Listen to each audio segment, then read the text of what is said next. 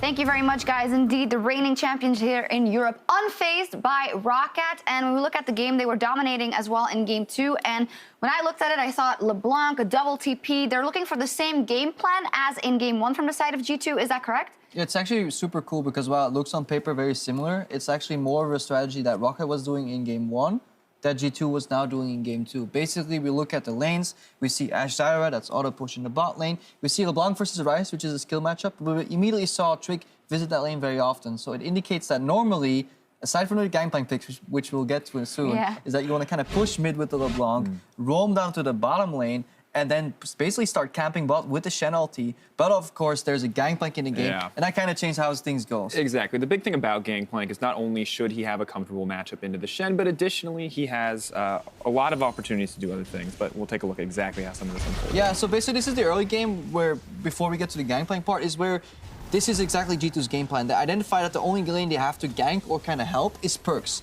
So they don't necessarily need to kill Betsy. Here we saw Betsy being zoned off some CS, some experience. We see Mythy even roaming from this perma pushing bot lane. Because again, when you push, you give your support the ability to roam. He runs mid, helps Perks push out, get the favorable base. So everything is kind of catered around making sure that Perks is getting ahead of Betsy. Once that happens, Perks is free to roam on the map. Usually he would go bottom for that party that we talked about, but you know, Gangplank has that global. Once again, the global ult's all too crucial for relieving pressure, for kind of balancing out the global presence on the side of G2 with the double PP. In addition to the Shen ult, we really needed this for the side of Roccat for that GP to come out ahead, but we just didn't see it in the laning phase, and I think that made it that much harder for Roccat to do anything. It is because of G2's adaptation, and that's what we see right here. When you can't go bot, you go top. When you play against the global, step one is kill the global, so this ultimate gets made in the lane, not in some other lane. And that's what Perks is doing here. So Perks was propelled forward by Trick. Bot lane was always putting pressure due to the nature of Ashe Zyra, and then Trick and Perks together moved to the top lane to shut down Faxi, who was hoping to kind of steal some kills or kind of help his bot lane. But G2 never went bot lane, despite their composition kind of looking as if it could always do that. And that's where G2 is always so smart. They're always playing with an objective in mind. They know what they can do, where their failures might be, whereas Roccat was playing as if they're reacting to whatever play G2 was making. Which is somewhere you really can't afford to be, and it feels especially bad for Foxy because this is the new GP with the new Trinity Force. If we look back to last summer's season,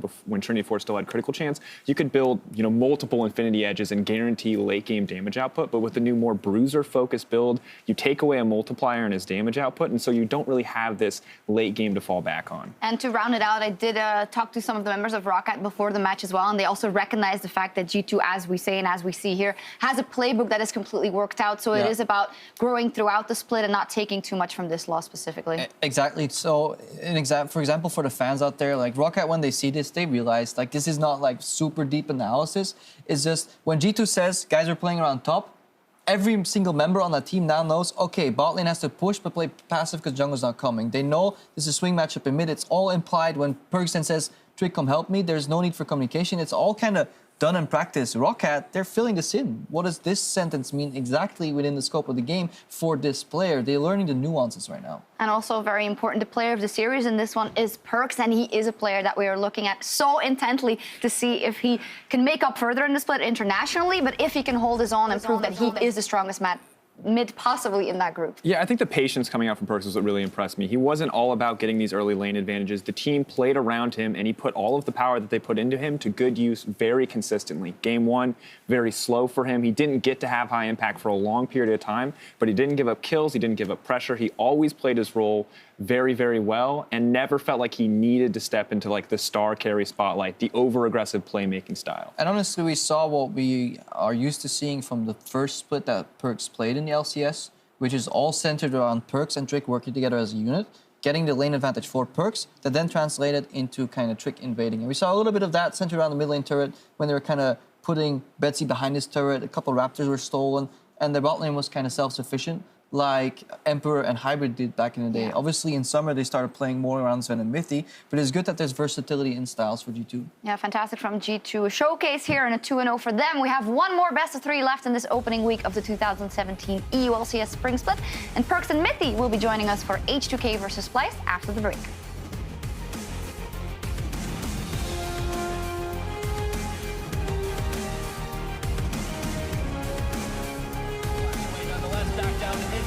Is going to be bringing expected Maxwell getting kicked back into tower range and taken down. Oh, the We've seen this one before. Foxy, he cannot do a damn thing. Perks makes it look too easy. Betsy's here. Maybe he can find Trick. The damage just enough. No, it isn't.